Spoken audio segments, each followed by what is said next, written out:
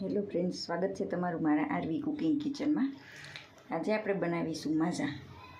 આજે હું બપોરે કેરીનો રસ કાઢતી હતી તો એમાં આ બે કેરી આવી કાચી પાકી નીકળી, તો રસ તો ખાટો થઈ જાય એટલે મેં વિચાર્યું કે ચાલો એમાંથી કંઈક આપણે નવું બનાવીએ। આપણે માઝા અને ફ્રૂટી બાળકોને બહારથી લઈ આવીને આપતા હોઈએ છીએ, તો એના બદલામાં આપણે ઘરે બનાવીએ તો સારી રહેશે। તો આ બે કેરી લીધી છે અને એને મેં છોલીને તૈયાર રાખી છે। હવે મેં આ એક કુકર લીધું છે। આ કુકરની અંદર હું 2 ગ્લાસ પાણી ઉમેરીશ।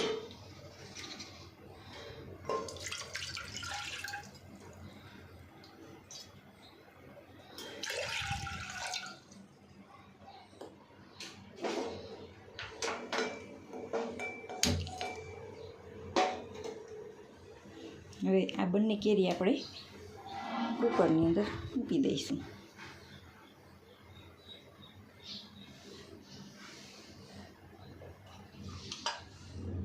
અને હું ઢાંકણ બંધ કરી દઈશ।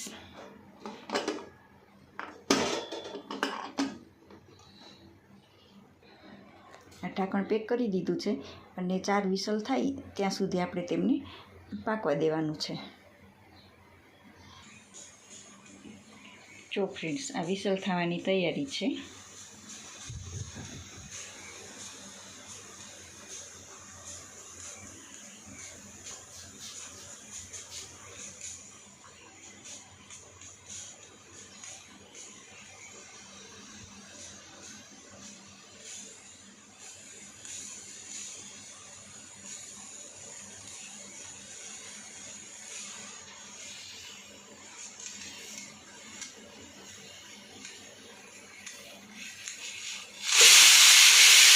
વિસલ થઈ ગઈ છે।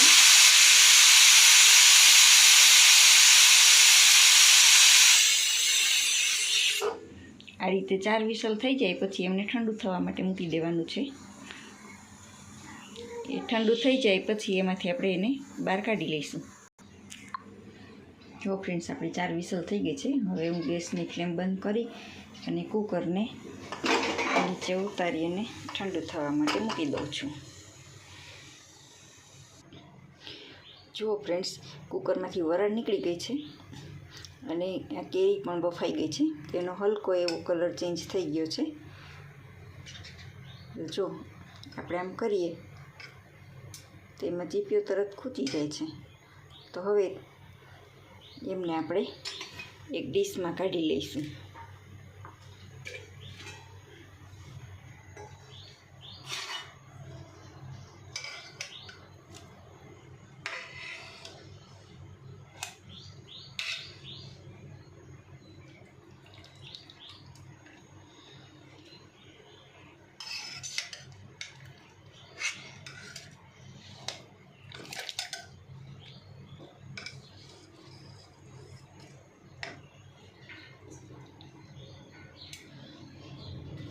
હવે આ પાણી છે એના એક બાઉલમાં કાઢી લઈશું।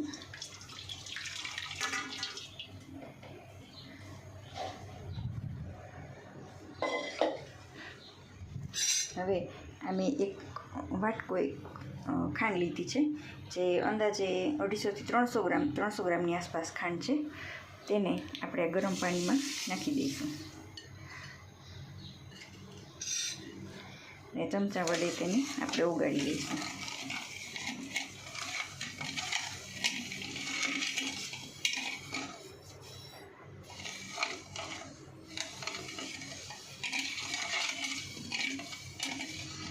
આ ખાંડ પીગળી જાય ત્યાં સુધીમાં આપણી કેરી પણ ઠંડી થઈ જશે।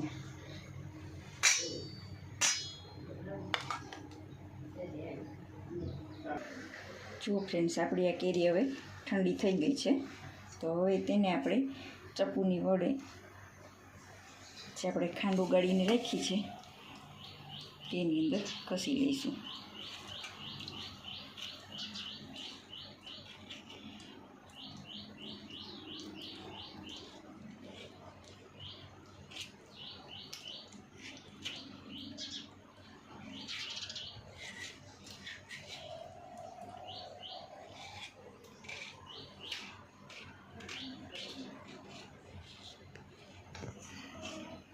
જો હવે આપણે કેરીને આમાં કાઢી લીધી છે. હવે એમની અંદર આપણે 5 ચમચી જેટલું સંચળ ઉમેરીશું. હવે આમને એક રસ કરવા માટે હું એમાં બ્લેન્ડર મારી દઈશ.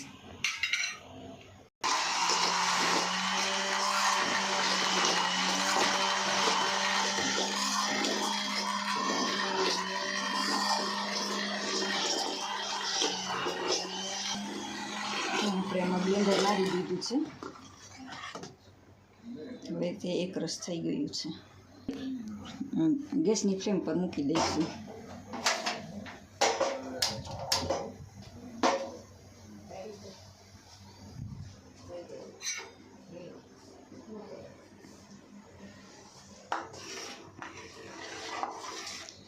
હવે એમની સરસ ચાસણી આવી જાય ને થોડુંક ઘાટું થઈ જાય ત્યાં સુધી ગેસ ઉપર ચલાવતા રહીશું.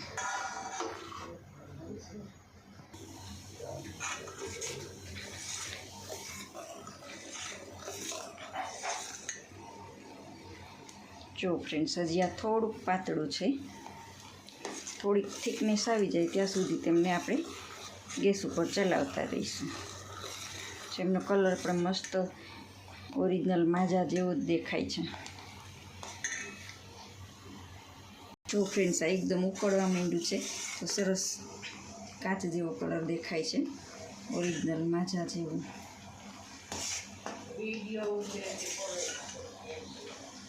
બોલી તો લીધું.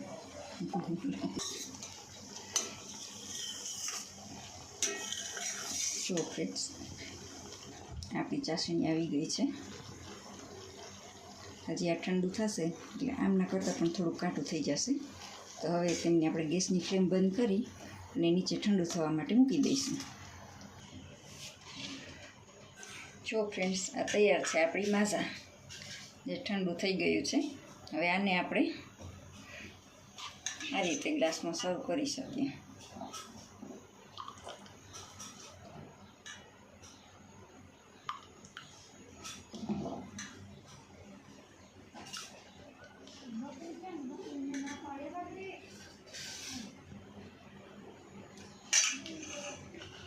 એકદમ મસ્ત ઓરિજિનલ માઝા, નેચરલ કલર.